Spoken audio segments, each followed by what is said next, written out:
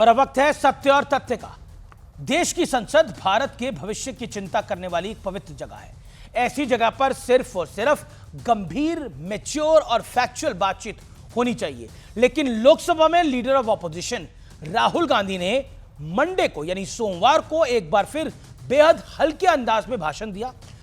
राहुल गांधी ने chief election commissioner की नियुक्ति प्रक्रिया पर एक बड़ा प्रश्न चिन्ह लगाने का प्रयास किया, उसकी कोशिश की। राहुल ने कहा सीईसी की नियुक्ति के लिए चीफ जस्टिस ऑफ इंडिया को पैनल से इसलिए हटा दिया गया ताकि प्रधानमंत्री मोदी और गृह मंत्री अमित शाह जो फैसला करें वही फैसला विपक्ष के नेता को मजबूरी में मानना ही पड़े। लेकिन श्रीमान राहुल गांधी शायद वो दौर भूल गए जब 2014 से पहले मुख्य चुनाव आयुक्त की नियुक्ति प्रधानमंत्री की सिफारिश पर ही सिर्फ की जाती थी।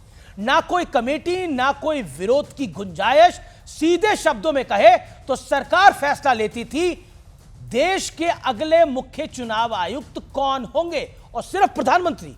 क्या राहुल गांधी एमएस गिल को भूल गए हैं? देश के पूर्व मुख्य चुनाव आयुक्त एमएस गिल को 2004 में कांग्रेस ने राज्यसभा भेजा। 2008 से 11 तक एमएस गिल यूपीए सरकार में युवा और खेल मामलों के मंत्री रहे और 2011 में उन्हें मिनिस्ट्री ऑफ स्टैटिस्टिक्स दे दी गई।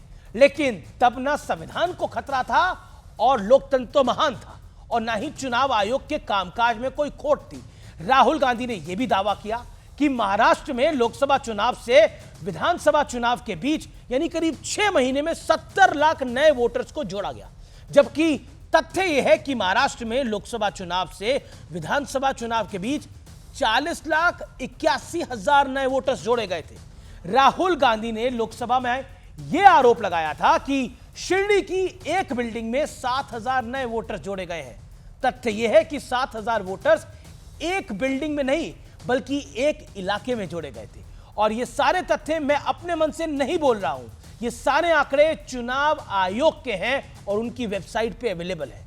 राहुल गांधी ने सोमवार को करीब 45 मिनट का भाषण दिया और इस दौरान उन्होंने 34 बार चाइना का नाम भी लिया। राहुल गांधी ने कहा कि चीन ने अपनी मैन्युफैक्चरिंग कैपेसिटी और कैपेबिलिटी से भारत को मीलों पीछे छोड़ दिया है।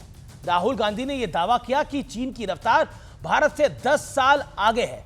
सत्य और तथ्य यह है कि साल 2004 से 2014 के बीच चीन की ग्रोथ रेट 424% रही, लेकिन भारत 187% की रफ्तार से ही आगे बढ़ पाया।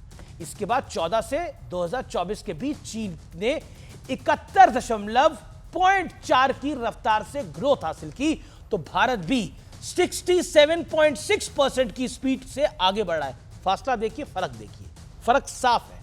यानी बीते 10 साल में भारत ने चीन को कड़ा मुकाबला दिया है। सत्य और तथ्य यह है कि संसद में खोखली बातें और कुतर्कों से ना देश का भला होगा और ना ही देशवासियों का और ना ही कांग्रेस पार्टी का। ऐसी बातों से सियासी फायदा होने की गुंजाइश भी ना के बराबर है।